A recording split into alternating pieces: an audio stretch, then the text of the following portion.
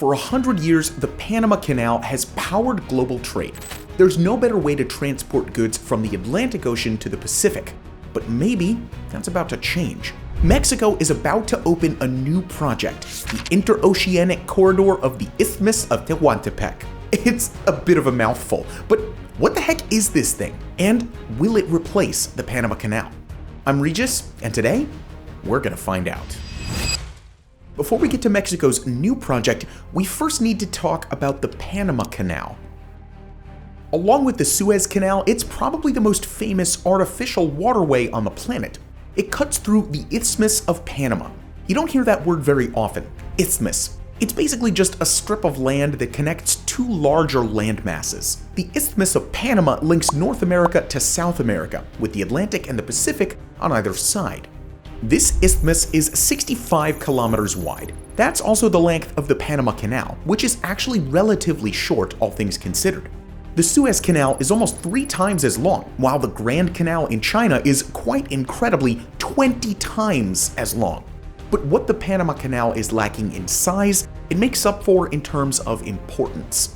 Take a look at this map of the Americas. Before the Panama Canal was constructed way back in 1914, it was a total pain for cargo ships to travel from one side to the other. Imagine a ship from Europe, for example. It has a load of goods that it wants to sell in California. That ship would have to sail all the way to Chile, cut through the Strait of Magellan, and then sail all the way north again. If the ship was fast enough, it could do it in a few weeks. But for most ships, you're easily looking at months. It was dangerous too. The Strait of Magellan can get extremely stormy, not to mention some crazy currents.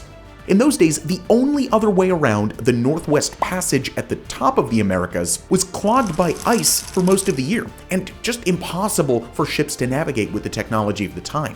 In 1902, the United States decided to do something about it. They drew up a plan to build a shipping canal in Central America. This new canal would take less than a day for a ship to navigate and slash the journey from the Atlantic to the Pacific by a distance of approximately 12,000 kilometers. That's a good few weeks of travel. Building the canal was not easy. Laborers had to use dynamite, drills, and steam-powered shovels to clear more than 200 million cubic meters of earth. To put that number into perspective, if you piled it all up in a giant mountain, it would be 80 times bigger in volume than the Great Pyramid of Giza, and almost 2 times taller than the Empire State Building. Basically, a man-made mountain. To make things even harder, the laborers often found themselves working in brutal temperatures of 40 degrees Celsius or more. Almost 6,000 people died along the way. Sometimes due to heat stroke, but also due to rock slides and the occasional tropical disease. Definitely not an ideal project to be working on. There were also some key engineering challenges that the project had to deal with. There was a difference of almost 30 meters between the highest point of the proposed canal and the lowest. This meant that the canal's construction team had to include a series of locks and gates, which helped to change the elevation of the water. These locks let ships climb all the way up to the 30-meter peak before making their way back down again. In total, the Panama Canal's construction cost the United States a staggering total of $375 million. That roughly works out as $12 billion in today's money. But despite all the challenges, after a decade of construction, the Panama Canal officially opened in August of 1914. The very first ship to traverse the canal was the SS Ancon, and it proved to be the first of many. About 1,000 ships used the canal in the first year, and that number has risen ever since. Nowadays, more than 10,000 ships use the Panama Canal every year, working together to transport 500 million tons of goods. These ships pay a toll to use the canal. For a larger vessel, it can cost about $500,000 US. But it's well worth the cost when it saves them traveling all the way down to the Strait of Magellan instead. This canal changed the face of global trade. But as of 2024, this famous waterway could have some very serious competition. That's right, it's finally time to talk about the Interoceanic Corridor of the Isthmus of Tehuantepec, or the CIIT for short. If you're thinking those letters don't quite add up, that's because it's an abbreviation of the Spanish name for this project. To understand the origins of the CIIT, we need to jump back to the end of the 19th century.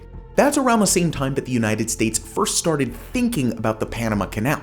And as it turns out, they weren't the only country exploring these kinds of ideas. In 1884, a powerful man became the president of Mexico, José de la Cruz Porfirio Díaz Mori.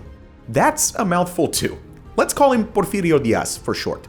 Porfirio Díaz was from the state of Oaxaca on the southern coast of Mexico.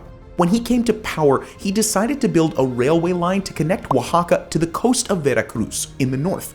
In other words, he wanted to build a railway between the Atlantic and the Pacific, in the hope of tackling the exact same problems that the Panama Canal later solved. Most people have never heard of it, but in the middle of January 1907, this new railway, known as the Tren Interoceánico, officially opened its doors. This was 7 whole years before the Panama Canal, and global traders started to use the railway right away. Over the next few years, hundreds of thousands of tons of cargo were successfully moved along the railway. Mexico started to thrive economically, as it found itself playing a vital role in international trade.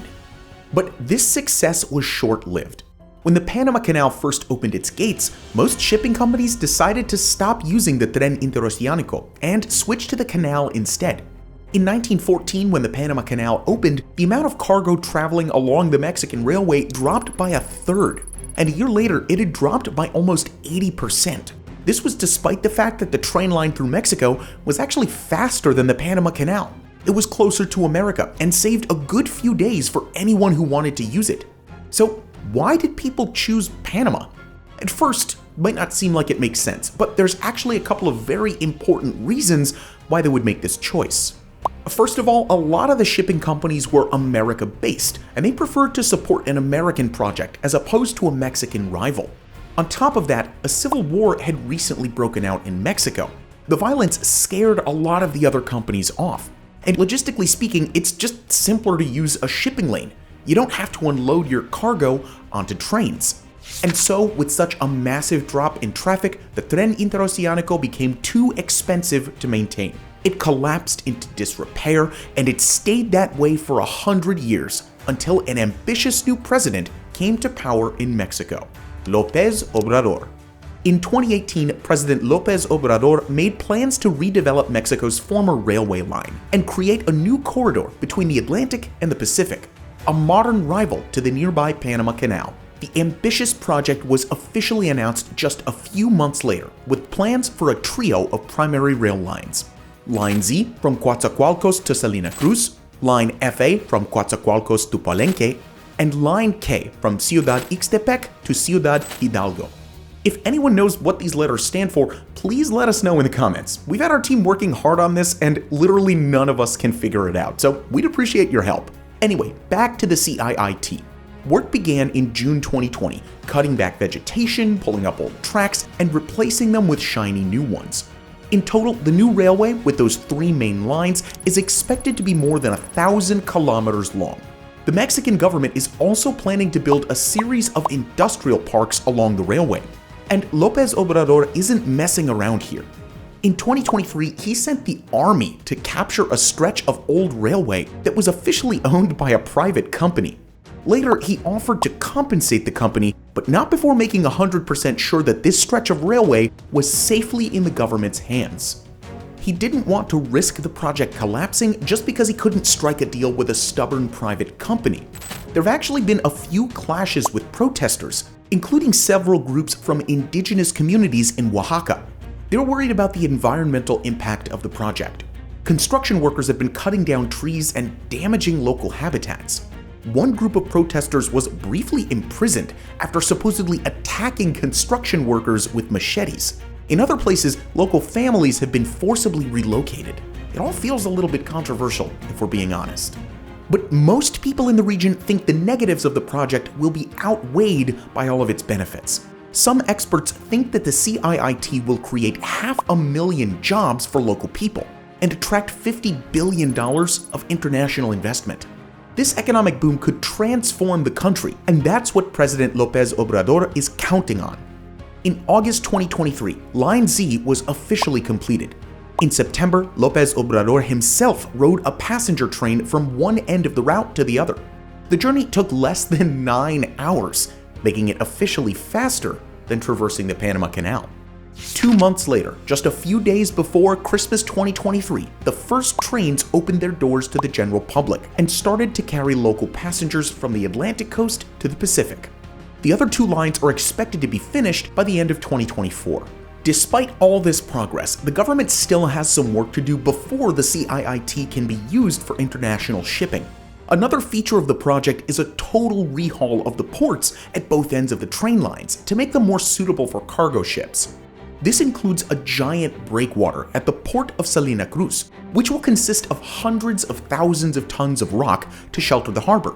These giant rock walls are meant to reduce the risk of cargo ships being knocked over by storms or waves, which really would not be ideal. Work is still underway on the breakwater, but as of recent news, it's getting closer and closer to being finished, meaning that the CIIT will open to cargo sooner rather than later. And that raises a pretty interesting question. What happens to the Panama Canal? Before we answer this question, we would really appreciate your feedback on this video in the comments down below. If you enjoy our videos, make sure to subscribe to our channel. But now, back to the video. Some experts think that the CIIT will prove to be a cheaper and faster alternative to the existing Panama Canal. If that turns out to be true, it would make sense for companies to change their shipping routes, traveling through Mexico's railway corridor instead of using the crossing in Panama. Potentially, the canal could be driven out of business, just as it drove the original version of the Mexican railway out of business 1 century earlier. But actually, that isn't what the CIIT was built for. The people involved have repeatedly said that this Mexican railway will complement the existing Panama Canal, as opposed to trying to replace it entirely. The Panama Canal has the capacity to handle up to 4 million cargo containers every year. But often, that isn't enough. More and more ships want to use the canal with every passing year, and it really struggles to keep up with the demand. To make things worse, the canal has been having some problems. In 2023, Panama was struck by the driest season in their recorded history. The authorities decided to limit the canal in the hope of preserving water. All its gates and locks use water to operate, and in 2023, that water was too valuable to waste. A decision was made. Only 25 ships would be allowed to use the canal per day, down from an average of almost 40 per day. This led to a bit of a frenzy, as companies started bidding millions of dollars just to guarantee a precious slot. Other ships were left stranded, waiting for a chance to use the canal. This is where another option like the CIIT could actually help.